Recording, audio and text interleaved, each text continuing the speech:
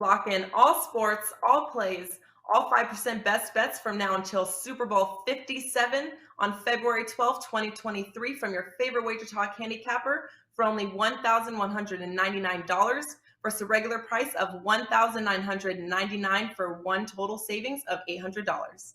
This limited time super discount comes out to less than $100 per month and only $3.28 per day. As an added bonus, your all access starts immediately, so the sooner you buy before Super Bowl 56, the more additional days you will get for free. Just go to wagertalk.com, choose your favorite handicapper to lock in, and don't forget there is no limit to the amount of handicappers you can redeem our Super Bowl to Super Bowl offer on.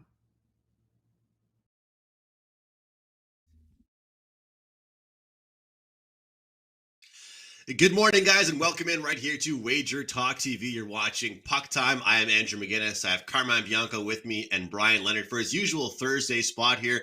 4 great games to discuss. We got the Knights, Panthers, Flames, Blues, Canucks and Jets, and the Predators and the Oilers going head-to-head here.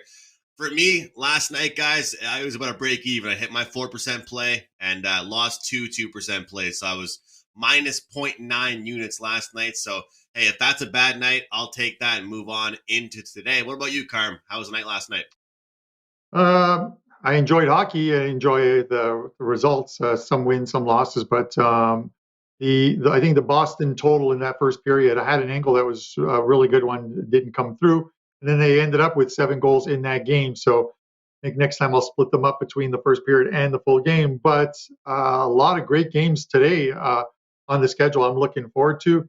And, while the Prez is not on the show, I just want to remind them the Calgary Flames won yesterday. They continue to win. We'll see what they do today, but they're looking good. That stake is looking so good right now. I looked at the standings, and it's not just the teams in front of them. It's the teams behind them. I just don't see how, unless they completely tank the season, how Calgary doesn't make it into it, at the very least, one of those wild card spots, but I still have them to win the Pacific. So we'll see. I'm going to run up that bill on Prez like it's never been run up before. So Brian Leonard, you are on a fantastic roll yourself, my friend. 5 straight NHL wins the last couple of days.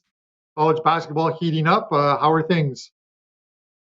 Can't complain at all. Nice 6-3 day yesterday, and that included a half-point loser in college basketball. So been on a really nice run. You tend to learn something, and if you get hit in the head so many times, you change what you're doing. And I've lost a lot of 2-1 underdogs, 180 underdogs, that kind of thing this year. I got tired of losing them by 1 goal. So now I'm taking the puck line plus 1.5. And I think the last 3 or 4 times I've done that, I turned a winner into a loser, a loser into a winner. Although last night I had San Jose, and it would have been a nicer payback if I'd had them straight up. But I did take the 1.5. I took Chicago yesterday. So, 5 straight in hockey and continue to win in college basketball.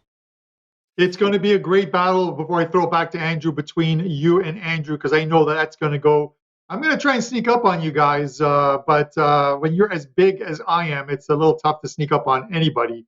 But you and Andrew are having fantastic seasons. And the plus 1.5. It's for the first time this season on Puck Time. Yesterday, I took a team plus 1.5, and that was the Anaheim Ducks against the Toronto Maple Leafs. And the Leafs needed 3 power play goals to keep that game where it was. So I was pretty happy with the final score. At least the show best bet for everyone that tuned in and watched was a winner. So I'm happy about that. This is how I know, Brian, you're having a good season, and also it's a very tight race when I'm minus 0.9 units yesterday and I lose the number 1 spot. That's how you know it's a tight race when you barely even lose 1 unit and all of a sudden I slip to 2nd place. So just super happy for you, Brian. Hopefully both of us can keep crushing it and having a great season. Let's jump into our first game, guys. Let's get into the Florida Panthers and the Vegas Golden Knights here. Should be a good one. This Florida Panthers team, oh my goodness. First of all, at home, the way they play, they're minus 170, and rightfully so here. Vegas plus 145 on the road. Total is at 6.5. Ever since that break, we've seen so many of these Florida games, Carm, be so high scoring. we're seeing Verhaeghe, Barkov, Huberdeau, Bennett, so many guys contribute. And Vegas, well, they're winning in a variety of ways. Sometimes a higher scoring, but we also saw what they could do in a lower scoring 1-0 victory. How do you expect this game to go? And does the 6.5 get you away from the over here? I've seen some, oddly enough, I've seen some 7s popping up because that 6.5 is juiced to about 130.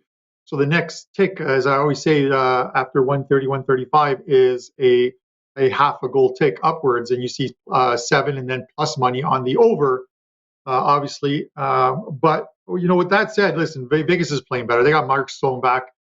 They've split the 2 games with Carolina and Washington, but they have picked up 3 points thus far. They're playing extremely well, but they're catching a Florida team, and you know that I love to usually fade a team returning home off a road trip, but it's tough to fade a team like Florida who plays so well at home. They are 21-3 at home this season with a 50 goal differential. And if you want to go even further back than that, their last 15 games of the regular season last year, they were 13-2. So they're 34-5 their last 39 games at home. How do you find an angle to want to fade them? You could say that they lose against good teams, but they don't. They actually overperform against the good teams that come into Florida to play them. Their 3 losses this year: the LA Kings, Ottawa, and the Seattle Kraken. So you can say they played down to their opponents, but they're definitely playing up to the teams that are up there in the upper echelon. There's only one way to go here. You have to lean Florida. Yeah, sure, you're going to get good plus money on Vegas, but the play here has to be Florida, and that's where I'm going here. Brian? I think when you talk about the total, and it is high, and for good reason, you have to see who will be in the lineup for the Knights tonight. Pacioretty and Martinez, both, along with Eichel, went on the road trip. They were saying that they would be back during this road trip. If Pacioretty's in the lineup, he's their main scorer. The over would be the way I look. If Pacioretty doesn't play and Martinez is in, Martinez is their best defender. He leads the league in blocks just about every year. He's just by clearly the number 1 block guy for the Golden Knights, which is why he's rarely in the lineup, because he keeps hurting himself. And I got to give him all the credit in the world standing in front of those pucks going 100 miles an hour. But so as for the total, I would have to wait. If Martinez is out and Pacioretty's in, I think this is a great chance for this game to go over. But if Pacioretty doesn't play and Martinez is in, I don't want any part of the over. Golden Knights have played just 2 road games in this year, and this will be the second one. They just played the other day. I went to overtime and lost, but they were outplayed in that game. They were down 3-1, a couple of goals late, but they were playing a hot team, and they lost that game. That game broke a 7-game road winning streak, which I believe was a franchise high for the Knights. So the Knights have played pretty well on the road. They haven't really played well at home this year. Normally they're dynamite at home, but they haven't had it this year. As you mentioned, Florida coming back, first game back home, usually a time I'm going to go against people, but 21-3. I mean, this is just amazing. And if you remember the last few games they played at home where they went in 9-2, 7-1, scoring like crazy, this is a game right here that I'm just going to wait on, see when we see the goalies, and I don't think the goalies will make quite as much difference for Vegas as the backup goalie is doing just as well. But we'll see who's in the lineup tonight. It could be a very high-scoring game, or the total could be right here. We'll have to see. But I don't really like the Vegas chances here, but that's what the line's telling you. Florida's been terrific at home. Won't be on Vegas, but I may take a look at that total if we can stay under 7, and I can get Pacioretty back in the lineup. Brian Leonard, WagerTalk.com, #1 in NHL, but we're coming after you. Andrew, let me ask you a question. This is the 3rd in 4 nights, and I mentioned I usually like to fade a team coming home off a road trip, but I'm not going to fade Florida in this spot. It's the 3rd in 4 nights for Washington and 2 tough games. Sorry, for Vegas, 2 tough games in Washington, in Carolina. Does that 3rd in 4 nights and playing another team that can score goals like Florida, does that come in to your line of thinking in this game? I think it does. I think that sometimes back-to-backs can be talked about that it's a tough spot, but I think these third and fourth nights are way worse than a back-to-back is. Playing so many games in such a short period of time, and especially, when it's against marquee teams like we're seeing here in this one, that's a huge factor here. To Brian's point about those injuries and waiting to get information, it's funny because I always say that in the NHL that it could be one of those sports where one or two injuries might not make or break a selection and a wager. But in this instance, I'm right there with Brian. I agree with him. I mean, when you've got guys like Martinez that are so crucial to the blue line, you need to find out and wait to see if you're betting on the under, over, or if you're betting on the Vegas Golden Knights or against them to find out if these guys are in or not. Right now, with COVID and with so many injuries in the league and with the backup goaltenders, you have to wait. So I tell some of my clients, I've got one play I sent out overnight last night, and they might not get another play until 3:00 in the afternoon, maybe. It's all about information and all about finding out who's healthy and who's not. But if that's the case, I'd like to look towards the over as well if we get those guys back in. But yeah, I think it's a great matchup. I look forward to watching it, guys. I think it's gonna be a good game, and hopefully these guys can trade some goals here and make for an entertaining matchup. Our next game here, Brian, I usually go back and forth, but I'm going to go to Carmine first in this one. We'll get your thoughts after, and I'll explain why in a second. Calgary versus St. Louis. Calgary plus 115, St. Louis minus 135 at home. Total's at 6. And look, Calgary's had 2 straight games where they were just dominant. 7-1 victory over St. Louis just a few short days ago. That was Carm's 5% best bet. That's why I'm going to you first here, Carm. I want to see how you feel and how you handicap this game just a few short days later. I had the over in that game, so I was happy that Calgary got me that over just on their own. Then you go ahead and talk about a back-to-back here. Columbus, they take down Columbus 6-0.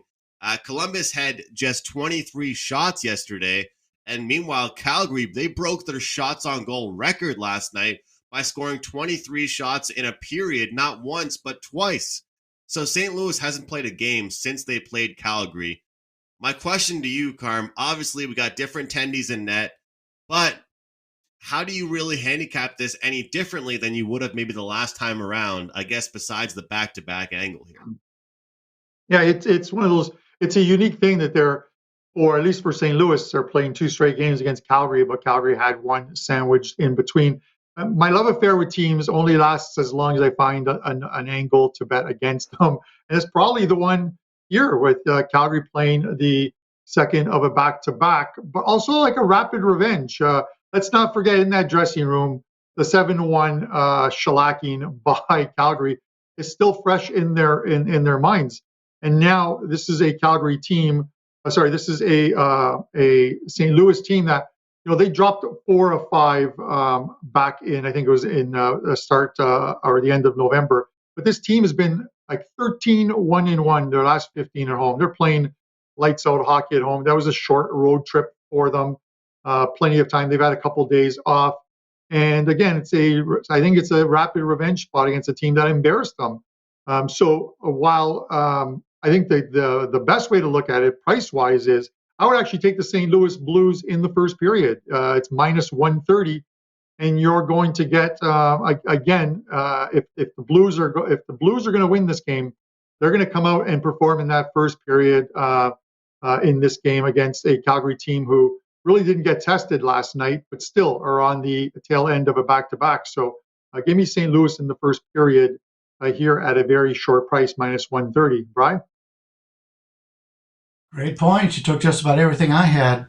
I do want to point out this is an interesting game for myself, because if you are a guy who wants to play the better team and you're looking for value, I think you're on Calgary here, because you take a look at the standings on the season from Evolving Hockey 5-on-5. On the season, Calgary goals plus or minus per 65 on 5, 0.77. St. Louis Blues 0.31. That's a 4 points, basically a half a goal. You take a look at expected goals. Calgary's at 0 plus 0.64. St. Louis is minus 0.31. So you're looking at basically a full goal in expected goals. So you're getting a Calgary Flames team here plus money, decent money here, plus 110, 115. I mean, we're seeing a 120 out there. If you're looking to play the better team at a value point, and that's Calgary. On the other hand, you've got a situational play where Calgary played yesterday. St. Louis has had 2 days off. That favors St. Louis. And the big elephant in the room, embarrassing loss last time they played just a few days ago, 7-1, got their asses handed to them. Will St. Louis bounce back? So if you're in agreement on that, you love St. Louis. If you want the better team at a bargain price, you want the road Calgary team. Problem is, I think the line is where it should be, basing it on both those situations. So I don't have anything to give you on this one, but it's just an interesting handicap from the way you take a look at these games based on the way you look to handicap hockey. It is really interesting. And often, guys, I'll try and stay away from these games as a whole when you see two teams playing each other again in such a short period of time, especially if I had a winner already with the first one. But I see absolutely no reason to go to, to not go on the over again here. I mean, that game, when it was 7-1 for Calgary, that had the makeup of it could have been a 9-4 game. I mean, that had action-packed, absolute nonstop end-to-end hockey all over it. Throw in a Calgary back-to-back, throw in scoring 7 goals in one game and then a 6-0 shutout victory in their next, and then add to the fact that St. Louis hasn't played a game since they got destroyed in Alberta, and now they get to play at home. The total goes from 5.5 to 6. For me, I have to go towards the over again. I can't see these guys just all of a sudden figuring it out on defense over each other in a span of a couple days. Sometimes I like to say that when I see a back-to-back or when teams play each other in a couple days span, I always talk about how film is so powerful. Watching game tape, the coaches giving you some good instructions and they change things. But I truthfully, guys, just don't think these two teams can correct some of these mistakes. And there's too much talent on the ice right now with both these teams that I think this game is going to be first to 4 or 5 goals win. And if I see a low-scoring start to that first period, I might even jump in on the first period over as well, as I don't really love the odds on it right now as we speak. So, guys, just like last time around, reduce, reuse, recycle. I'm doing the exact same play as last time, over 6 with the Calgary Flames and the St. Louis Blues. Let's jump into our next game. Brian, you're up first with this one. Vancouver Canucks, they're visiting the Winnipeg Jets. Winnipeg, they're minus 170. Vancouver plus 145. Total's at 5.5 here. We throw around the word value quite a bit in this industry. Would you argue there's some value here on the Canucks? I think there is. The only problem is they're not scoring. Vancouver's lost 3 straight games at home. Now they're going on the road, which is something that I like to back a team on. They just need to get out of town. Things aren't going well. They played pretty well on the road since the coaching change, but they've only scored 16 goals in their last 8 games. They're really struggling to put points on the board. That is a concern here. That's going to keep me off of Vancouver. But, Winnipeg, this is only their second home game in January because basically they shut all the Canadian teams down in that regard. But they scored 3 or less in 8 straight games. Now, we're looking at the lowest total on the board today at 5.5. I still think it goes under. Both teams are struggling to score offensively. It's an important game for both these two teams. They know each other very well. I'm looking for this game to go under the 5.5. I don't see either one of these teams being able to break out against the opposition. I'm not a big totals guy, but in this game, because Vancouver's not scoring, if they were scoring a little bit more, I would think there would be great value here on Vancouver. But they are not, and I can't expect that to change. Two teams struggling to put goals on the board. Give me the under 5.5 in this one. Under 5.5 for Brian Leonard. And Carm, look, we know that since the break, Vancouver's had a tough schedule. Schedule hasn't been easy to them. Obviously now playing Winnipeg, and like Brian mentioned, Vancouver hasn't been scoring as much. Do you feel like they can break out a little bit here against this Winnipeg team? I do. I'm talking about Winnipeg against Vancouver. I think they can, because I faded Winnipeg on that return home off the road trip against Florida. They got into a game that they shouldn't have, which was trying to trade goals with Florida. That's usually not going to go well. The same as if you try and trade goals with the Colorado Avalanche. But it's the scheduling that did them in on that road trip. They had after that coaching change, they start to pick up some wins. They had some momentum going, and then they get 7 days off because of games being canceled, the whole COVID thing. Play a game and then have another 5 days off after that, and you lose any momentum you've gained when you're playing one game in like a 12-day span or what have you. And now we're looking at 5 straight losses for this team, a couple in regulation. But now they off that game. Now they've been home. And this is probably a spot where they could get right a bit, because Vancouver's still dealing with some injuries. But more importantly, it's the goalies that are still on COVID protocol. Halak and Demko are still on there as of this morning. So unless they come off at some point today, it's going to be Michael DiPietro in goal. And we saw Vancouver sacrifice offense for defense to protect them against St. Louis Blues, where they outshot them in that game, but the Blues only had 17 shots, scored 3 goals in that game on DiPietro. So obviously the goaltending advantage here belongs to Winnipeg. And with them being at home, I'm gonna take the Jets here in this one. I just look at this game and I think that until they get Demko back, Carm, and until he's confirmed, Spencer Martin played well. I'm not saying he's the problem. The goal scoring's the problem, but I think Demko is kind of their backbone. And they even with Pettersson scoring a goal finally, Brock Besser, I think he only had 2 shots in the last game.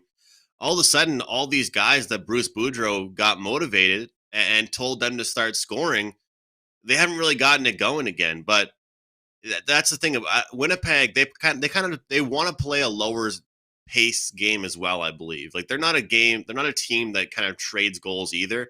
So I'd agree with Brian with the under in this game too, because I think the defense is going to be crucial for both clubs in this one. I will say, guys, as far as props goes in this game, I really think you could look at the saves here for Hellebuck, because I think it's around 27.5, 28.5. And this is kind of a new prop style that I've been looking towards with goalie saves, because what you're seeing right now is a Vancouver team that, just as Brian mentioned, they're not finishing, but they're getting shots on target. So looking at Hellebuck's save prop could be a way to go about it, because that way you don't have to bank on Vancouver scoring your goals. Just get shots on net, and that'll cash our ticket. Any thoughts on that, Carm? New prop I'm getting into. Yeah. Well, it other than the props, like, when we touched on the goalies, and we talk about, and you mentioned it, I mean, like in goal in that 3-2 game in which Vancouver had a 2-0 lead heading to the third period, I wasn't thrilled because I had plus money on the Canucks, expecting Demko in net, because it was reported he would be off the list, but he didn't come off the list. And it's Spencer Martin. He faced 50 shots in that game, so you can't really blame it on the goaltending as far as Vancouver goes. But we've noticed their last few games, they just aren't scoring. And to the point of Winnipeg, you're completely right.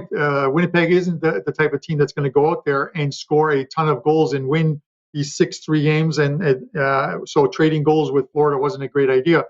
When I think of Winnipeg, I think more of the team that beat the Edmonton Oilers in last year's playoffs.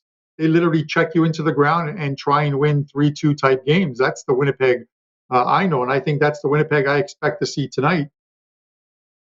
Let's jump into our next games. We're talking about the Edmonton Oilers playing host to the Nashville Predators here. And this is a pick-em matchup here, guys. The total's at 6 in this one. And here's my issue with this game, and here's kind of what I think here. Number one, anybody that watches this show, or all of our guests that come on this show, and Carm, you guys all know that out of everybody in the world that bets on hockey, unfortunately, I've probably been down on the Predators the most, and it's hurt me. I haven't bet on them that much, but the good news is I've made money off betting the over in their game. So at least I've gotten some money back on not betting them. but at least getting that over with them. They've been involved in some higher scoring games. They're coming off against games with Detroit and Seattle. We're seeing this Oilers team get things together a little bit. Connor McDavid, overtime winner here. They have a 5-3 win against Calgary, their provincial rival. They're trying to get some momentum. They're trying to get going here, get their key players hot and get them picking up a little bit. Totals at 6 in this game. And I think to myself, we just talked about it, and Carm mentioned that Winnipeg, the way they beat Edmonton. And unfortunately, I just don't think that Edmonton will be able to beat Nashville here in low-scoring fashion. I'm not so sure they can do it. I think that Edmonton, with the way they play and the amount of guys they have right now that are trying to contribute, but also making defensive miscues. And let's be honest here, guys. Can we rely on a decent goaltending performance in back-to-back games from the Oilers? I certainly can't do it. But like I said, Nashville off 2 games against mediocre competition. Does that play anything to our handicapping in this one? I'll tell you what, I think this game at home is more of a desperate spot for the Oilers as they want to keep rolling here. Nashville, I think they're coming in pretty satisfied, but I also think they've been more consistent than the Oilers. So I'll get these guys' thoughts here. I'll start with you, Brian. But I'm really interested in this game, and I think that we're going to see Edmonton play their best hockey we've seen in maybe a couple weeks here. This is interesting because I don't have a plan on this game, but I was looking at the under, and I'm not nearly the expert in totals as you guys are. I don't put out very many totals, but I look at Nashville, and this Nashville defense, against Winnipeg at home, they give up 2. Against Detroit, they give up 1. In Seattle the other day, they give up 2, and that was my latest 5% play on Nashville in that game. Now 20-4, by the way, my history on 5% NHL plays. So they're playing very good defense. And the first thing I think of when I think of Edmonton is offense. But just take a look at what they have done so far in the month of January. Against the Islanders, they scored 2. Against the Rangers, they scored 1. Against Toronto, they scored 2. They got a month high against Ottawa. They scored 4. Gave up 6 in that game, by the way. Against Florida, shutout. Against Calgary, they scored 5. That was the high for the month. But then they scored 3 against Vancouver, and that included the overtime. They just haven't put the goals together like they did earlier in the season. A lot of times when you're looking at totals, it takes a while for the lines maker to catch up on how these teams are. Teams change. This isn't the same Edmonton offense as we've seen the last couple of years, and it's starting to show as we normally would see a 6.5 here. It's 6 minus 120 right now. So I'm looking at the under. Nashville's playing very good defense. Now, they are on the road. It is their last game for the month of January. So where you may think they're fat and sassy, as Marco would say, it's their last game and they got the next few days off. I think that makes a difference. I think they come out with the same intensity that they have played the rest of this month. And I expect a defensive battle here as much as we could get with a total of 6. You could play 6 under at plus 100 right now. I'd really love to see this get to 6.5. If it gets to 6.5, I may actually go against you, Andrew, and take the under here. But I'm sure if it gets to 6.5, you may not have the same feeling. But it's interesting how we take a look at this. I respect your opinion on it much more than my opinion on totals. But I was looking at it a totally different way. Well, I certainly respect your opinion as well, Brian. And hey, if you're going to talk me off this over, hopefully the Oilers at least can win for me on the money line. Then I'll be happy with that. But Carm, what are your thoughts here in this game? No, first, before I get into my thoughts, I think this is a great opportunity for the two of you to put a bet in because, Andrew, you're coming to Vegas with me in March for March Madness. So if Brian's right, the three of us go out for chicken wings, and Andrew, you pick up the tab. And if Andrew, you're right, Brian, three of us go out, and Brian will pick up the tab for the chicken wings. Carmen's just orchestrating these deals, eh, Brian? Yeah. He's just orchestrating these negotiations. You notice he said you and I are the ones picking up the tabs. He never mentioned he was picking up the tab either way. Anyways, let's get to my thoughts. Brian, that would be funny in most instances, but as we all know, Carm is a super generous person. He's very generous, picked up more than enough tabs, so it's about time somebody picks up a tab for him anyway. So it's all good. I'll be enjoying that steak come playoff time. But anyways, with that said, listen, You look at Nashville, and Nashville was buzzing along. They were on a 12-2-1 run. They were winning games, and they're winning games impressively. And then they hit a weird scheduling and travel quirk where they had to play 4 games in 6 nights with travel in between those games, and they lost all 4 games. So when you're playing, the Bruins and you're playing St. Louis, those are tough ones. When your one day off is your day of travel, and it was a weird quirk for them, but again, they're back on track again. 3 wins, and I get it. It's the Wings, it's the Jets, it's the Kraken, but they're still wins. You can only play the teams that are in front of you. And now they head to Edmonton, and Edmonton's not going to face a goalie like Spencer Martin, a third-string goalie here, where they can fire 50 shots at him. They're getting likely UC Saros because, as Brian said, last game of the month, so you're probably going to go with your number 1. 5 games, he's got a 1.71 goals against average. He has not struggled against this high-flying team. So it lends to the under, I think, because you've got a good goaltending matchup as far as Nashville's concerned. And I know a lot of people are really high in the Oilers right now and saying that they're about to go on a monster run. They don't leave Canada for, I think 30 some odd days playing across Canada. So maybe they get their wins there. But I'm not sold on Edmonton yet. And I'm not sold on them because of their goaltending. They got a wealth of talent up front. We talked about Draisaitl and McDavid, but it's goaltending for me. The better goaltender tonight, it's Saros, hands down. So I'm going to go with a good defensive team and Nashville. And this is why the line is where it's at. When do you see Edmonton at almost a coin flip at home, -110 or so? It's because you've got a good team coming in. So I'm taking Nashville tonight. Nashville for Carm. So just disagreements all over the board in this one. We got somebody liking the over, under, Oilers, Nashville. So good luck for you guys out there picking a game in this one. Comment below on YouTube who you like in this game, what you like between the Oilers and the Predators. That it should be a really, really good game. Let's jump into some best bets. Before we do that, though, I want to mention once again, Score 299, Score 299, rest of the season. All 3 of us, any NHL handicapper at WagerTalk.com, $299 the rest of the season. Do not miss out on that. Brian, number 1 in the NHL right now. Check out Brian over at his profile page, Score 299. And Brian, we'll go up to you first, man. What you have up tonight for your clients and a best bet for the show.